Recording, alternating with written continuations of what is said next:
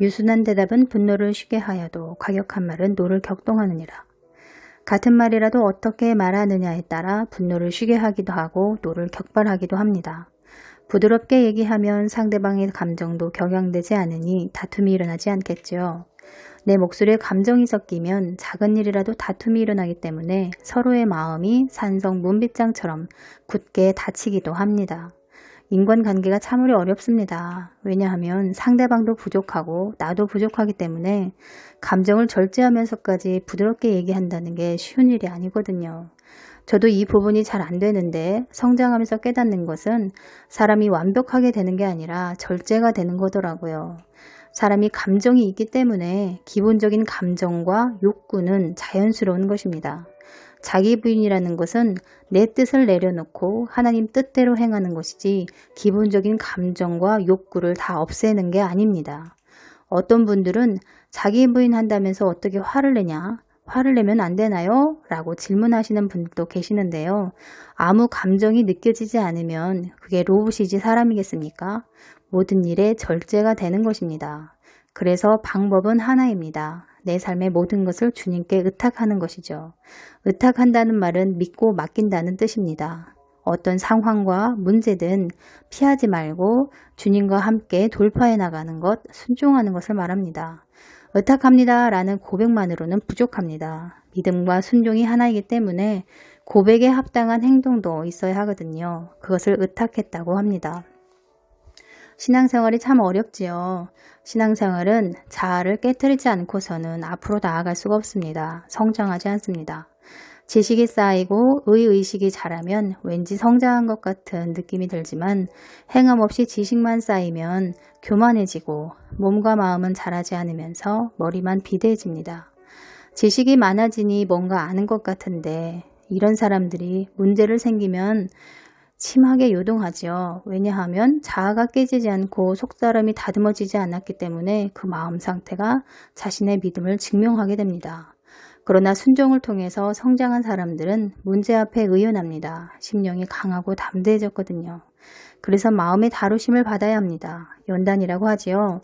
문제를 계속 만나고 직면하며 돌파하다 보면 사자처럼 담대한 심령을 갖게 됩니다. 그러나 완벽한 것은 아닙니다. 영이 어릴 때보다 좀 더 낫다라는 뜻이죠. 인간은 완벽해질 수도 없고 완전할 수도 없습니다. 견고한 믿음이라는 것은 기도했다고 단번에 그 믿음이 주어지는 게 아니라 앞서 말한 것처럼 문제를 직면하고 돌파하면서 주님을 경험하며 생기는 믿음이기 때문에 시간과 인내가 필요합니다. 하나의 문제가 끝나면 또 다른 문제의 연속입니다.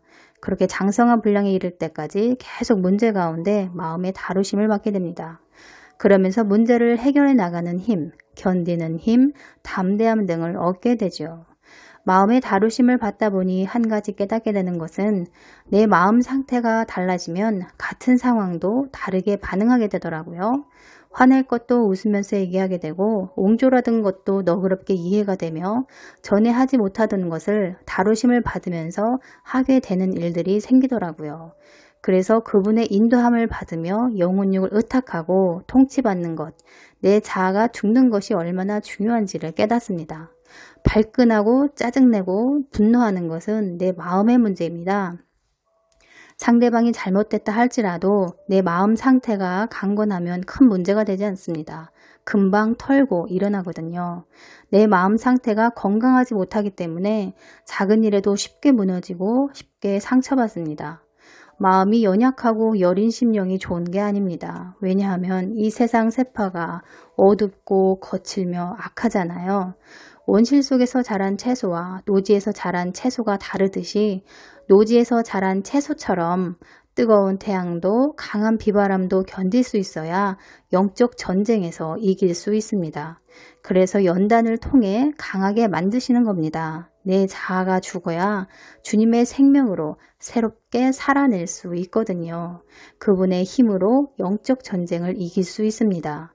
옛 자아는 강하고 교만하며 목이 곧잖아요.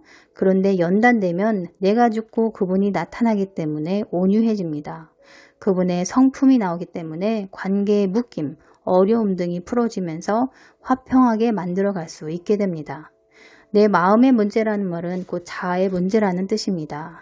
옛자, 곧 거짓, 세상 정욕으로 물든 자아, 세자, 성령, 말씀으로 새롭게 된 자아를 말합니다. 예수님을 영접하면 새 자아를 받게 되는데 이 새 자아는 아무것도 채워지지 않은 백지 상태 같은 것입니다. 옛 자아는 세상으로 가득 찼고요. 새 자아에 말씀, 기도, 순종, 은혜, 진리 등으로 채워서 심령이 새롭게 되어야 합니다. 그래야 새 사람, 새로운 피조물다운 삶을 살 수 있게 됩니다. 그러니 경건의 연습을 하지 않고 말씀도 잘 읽지 않으며 기도하지 않고 순종하지 않는다면 새 자아는 힘을 발휘할 수 없고 옛 자아로 살아갈 수밖에 없습니다. 심령이 세상으로 가득하니 당연히 혼이 강할 수밖에 없고 혼이 강하니 하나님을 대적하며 불순종하게 됩니다. 자기 부인이 힘든 이유죠. 우리 마음은 단 1도 스스로 바꿀 수 없기 때문에 부지런히 회개하며 드려야 합니다.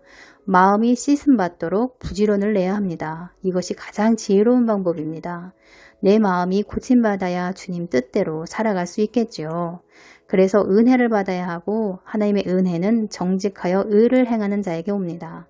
하나님을 사랑하고 경외하며 섬기는 자에게 옵니다. 그러므로 은혜를 받읍시다.